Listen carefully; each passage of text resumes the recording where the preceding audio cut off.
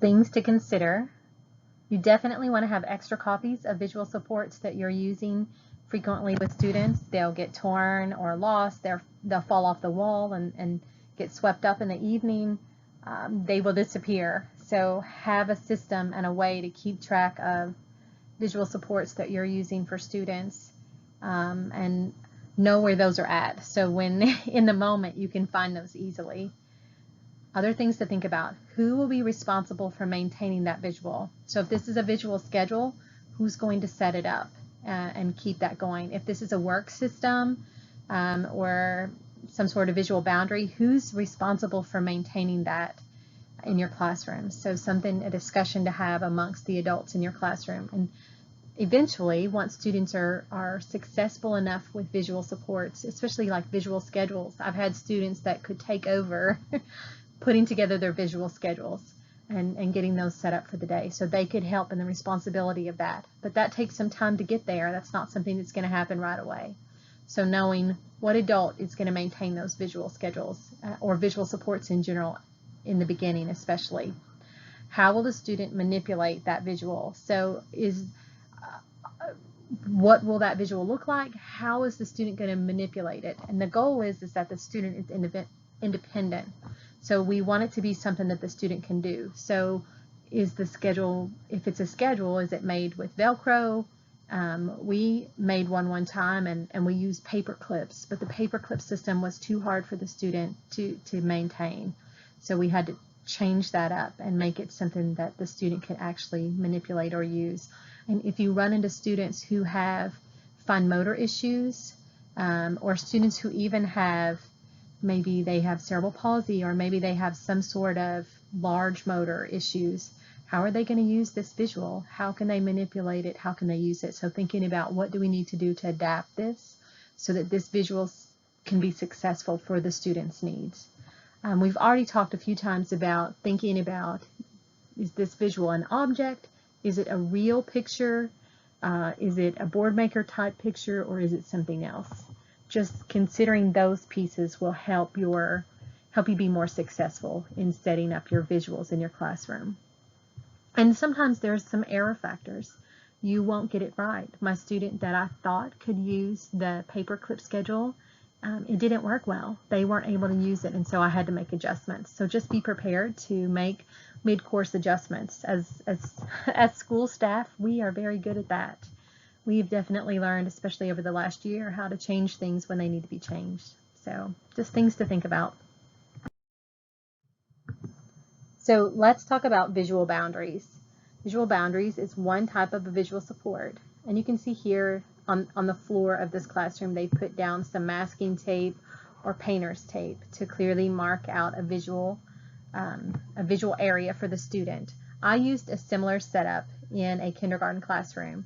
I had a student with autism who was in a very large classroom. I believe there were 33 children in his kindergarten classroom, several other students with disabilities, and he struggled with waiting.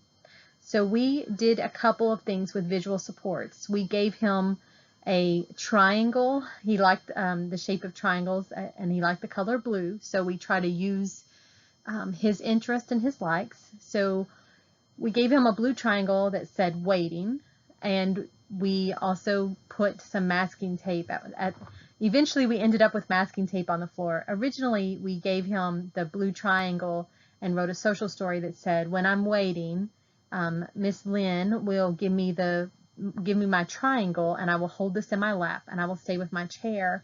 And the goal was that the blue triangle would also prompt the adult to remember that the student was waiting and come back to him. And so it would give him something to do while he was waiting. Well, I thought it was going okay, and I left and went back to my room, and I got a phone call from Mrs. Lynn that said, Kim, get back up here. You won't believe what you've done. Speaking of making some corrections. So I went back up to the classroom, and the student was waiting with his chair, and he was holding the blue triangle card, but now he was pulling the chair behind him and following Mrs. Lynn. So he was dragging the chair with him, which is now a trip hazard, for other students. So he needed a visual boundary. So we put some masking tape on the floor where his desk was at, and we added to the social story that his chair would be in its home. And we taught him this is his chair's home and this is where his chair should be.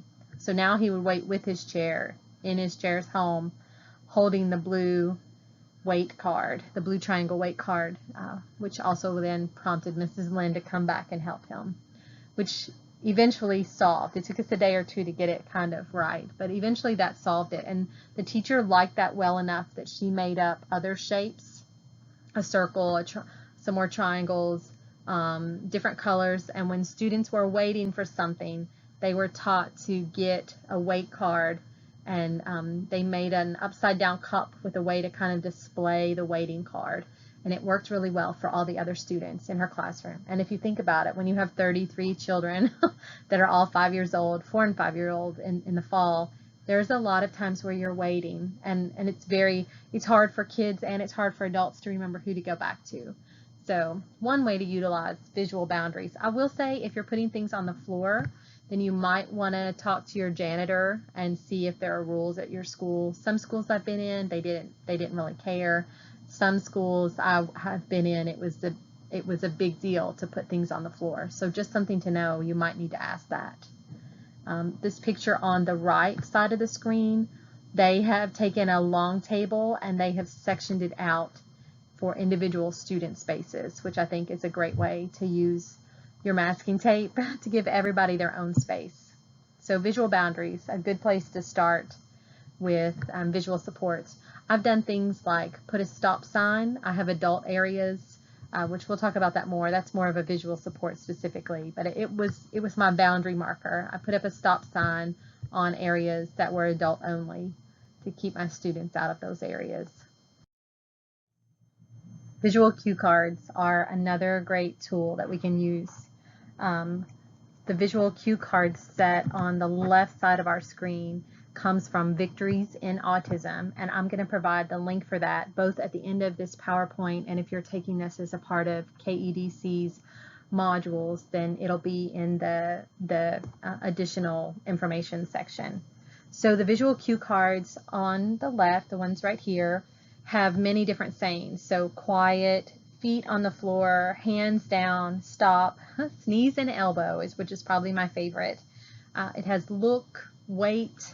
It has several, way more than I can mention. And you can add ones that are specific for your classroom, or you can take away ones that you're not going to use.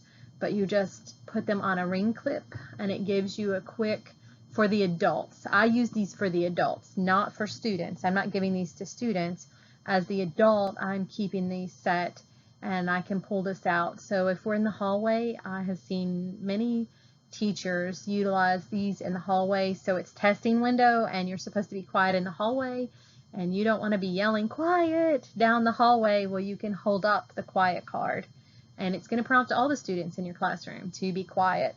I use these with my students who need a visual prompt to remember feet on the floor or stop, sneeze and elbow. I think there's a share, hands down. I can't remember. There's several different ones that are here, but you can use these in many different ways. But I use them as the adult to prompt the students to do these actions. I've seen a few times to where it's kids who have the card, these type of visual cue cards, but this particular set, it's more adult words, things that adults need kids to know. So they're free is the other wonderful thing, and they come from Victories in Autism, which is phenomenal. This visual support on the right side of the screen is a prompt for how to take a deep breath. Many times we tell students, take a deep breath, but that's not something they just know automatically. And so I'm going to teach them smell the flower. So you can see the flower here. I'm going to say smell the flower, and I'm going to tell them to smell through their nose. So smell the flower, blow out the candle is the words that I'm going to prompt with. And the reminder is on there to blow out of the mouth. So I want them to breathe in through the nose and blow out of the mouth. And my visual cue card is smell the flower, blow out the candle. Just a great, easy way to teach that skill to kids, and especially when we use that so frequently. And there's 1,000 different type of visual cue cards out there that you can use in your classroom, but these are a couple of my favorites.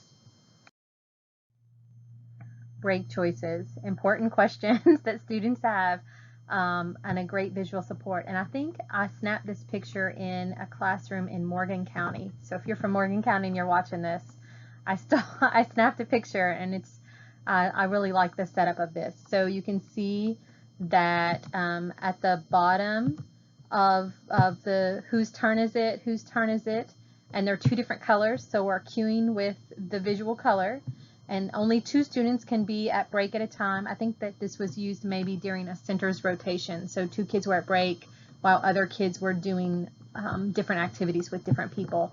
And at the bottom of that here are my choices that I can make during break, and this little circle here would say what's the student's name. This specific student was on break, but we didn't want to show that. So what's my choice? I choose it, I put it up here, what did I choose, and then I go to that activity, or I bring that activity to my desk for my break choice. Just a great visual support, actually up in a classroom.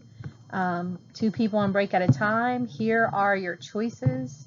They put the choice that they make, they pick the card, they stick it on the bottom, and in this circle up here would go their name tag. Whose turn is it? So just a great visual support on break choices, how I might set that up in a real live classroom. Something that everybody wants to know. When is it my break? Is it my break now? I don't know. I need to look. Whose turn is it? Communicating no or a closed area through visual supports. This is a very important skill to have. Frequently, we need to close down an area in the classroom, or we need to prevent students from going into an area. So I will tell you, I taught the students the stop sign. My young students, we played something like red light, green light, only we used the stop sign and we used a green light. And I would hold the hand. I would have an adult who would hold the hand in the beginning. We would hold up the green light, and students would do whatever action, walk, run, hop. And then we would hold up the stop sign, an actual stop sign, or a visual image, a visual support of a stop sign, and I would have an adult who we would make sure that student stopped, right? We definitely wanted them to understand what stop meant. And we would play that during a gym class or some sort of indoor activity time in the classroom. For my younger kids, we did it. For my preschooler group, they had a large, I think it was called large motor indoor recess time or something along those lines, and we played that game with the whole class. And we just made sure our students that weren't stopping when the stop sign showed up, they got a buddy, someone to help make sure they stopped. This over here, you can see the computers have a stop sign on it. Computers aren't available right now, so we have put a stop sign. In some classroom, I have recommended, throwing a sheet or a tablecloth to make those computers be out of sight, and then putting the stop sign on top of that. This down here is a universal symbol for no or not available. That can be used a lot of ways. I always think about the Ghostbusters with this sign. It's just not here right now. In my classroom, I use stop signs in areas. So I have filing cabinets that were adult only, so they got a stop sign on it, and my kids knew this was not a student-friendly area. I've seen classrooms where teachers have put a bit of painter's tape or masking tape on the floor along with the stop sign, and it's a visual cue for students that this is an area that they're not allowed in. So this is definitely something to think about, that we could easily communicate with a visual support that hopefully will prevent having to have an adult stand over there and say, no, the computer area is closed, or no, remember this is an adult area. This is adult only. No, so we just put down our visual supports and we can go on with our day. Let's talk about Work Systems. Work Systems is a great visual support tool. On the left side here, you can see a series of like a 3-ring binder and folder system. So when I use these in my classroom, each color of folder represents a different class. So reading, writing, algebra, whatever the student is taking. And then on the left side, it's to do. On the right side is a finished box. So I'm going to put whatever the student needs to do for math on the left side, and I'm going to do that with each folder. So I'm using color coding, I'm using the visual support, but it gives me a way for the student to go from classroom to classroom and have his work set up for him. Now this does take some prepping ahead of time. I need to know what he's doing that day or she is doing that day. But this is a great system. There's a lot of information out there about work systems, and this came out of the TEACH program in North Carolina. It changed the way that my classroom ran and made my life so much better. Now I'm using a folder system for students who are traveling from class to class, but for my students who are primarily stationary in my classroom or in a classroom, then I might use an individual workstation, which is what we see here on the right side of the screen. Each of this stacked of 3 boxes or little shelving system, each task is put into that individual shelving system, and the student knows when they sit in the chair that they're going to work from left to right. So as they finish it, they're moving it to the right side, or they're moving it to a finished folder or finished box is the way that I used it. But I'm going to set each individual activity. Now, inside of these work systems can be worksheets. It could be information about join reading group A, read for 20 minutes, and then do something else. For some of my students, it was individual work task or things like shoebox task. So those activities might be simple put in. Maybe it's fine motor task with clips. Maybe I'm matching colors or shapes. Anything in the world can go in a work system. I've had students who functioned on a very basic level use a work system, and I've had students who functioned on a college level use a work system. So anybody can benefit from a work system. And I will tell you, sometimes I have set myself up a work system in the process of my day trying to get some tasks accomplished. So a work system is a great visual support tool that can be used with a lot of different students. So just something to know that is out there. And if you're interested in more information about that, you can Google it. And I have actually a couple of other videos, a couple of other modules, not modules in KEDC, but a couple of other videos on work systems specifically. So there's something great to know about.